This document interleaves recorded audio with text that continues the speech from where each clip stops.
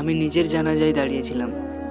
হ্যাঁ ভাই, আমি জানি না এটা স্বপ্ন ছিল নাকি সতর্কবার্তা, কিন্তু আমি নিজের জানাজায় দাঁড়িয়েছিলাম।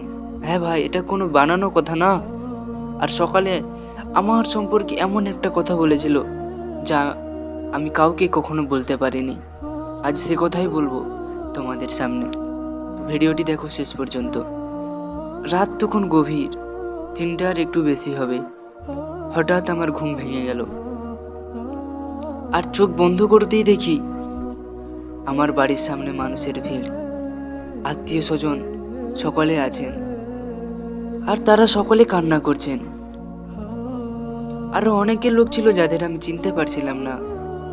তো যখন কাছে গেলাম দেখলাম সাদা কাপড়ে ঢাকা একটা ছেলে শুয়ে আছে, তাকে ঘিরে সকলেই কান্না করছে। আমি যেই সামনে এগালাম দেখলাম ওই লাশটা আমি, সেম আমার মতন দেখতে। আমি চিৎকার করলাম, আমি তো বেঁচে আছি, আমি তো এইখানে দাঁড়িয়ে আছি। কিন্তু কেউ শুনতেও পেল না, যেন কেউ আমাকে দেখতেও পাচ্ছে না।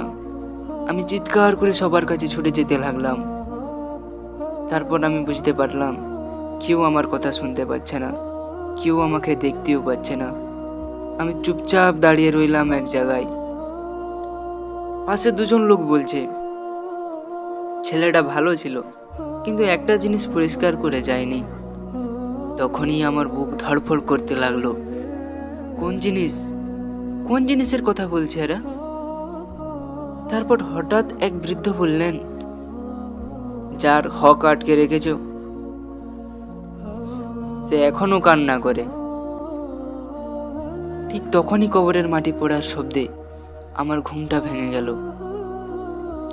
বিছানায় বসে আমি শুধু একটা কথাই ভাবছিলাম, হক। কিছুক্ষণ পর আমার মনে পড়ল কয়েক মাস আগে কিছু টাকা আমি রাস্তার মধ্যে পেয়েছিলাম, আর সেই টাকা আমি ফেরত দেইনি, কারণ তখন আমার নিজের টাকার দরকার ছিল।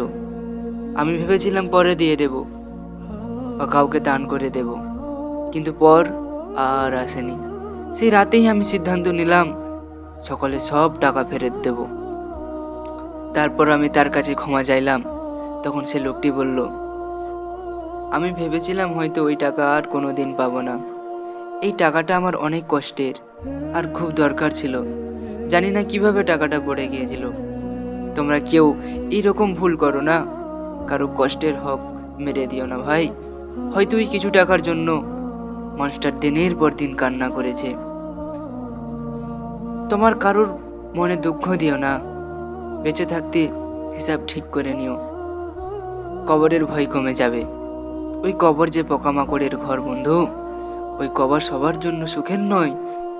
ফিরে আসো বন্ধু, আল্লাহর পথে ফিরে আসো।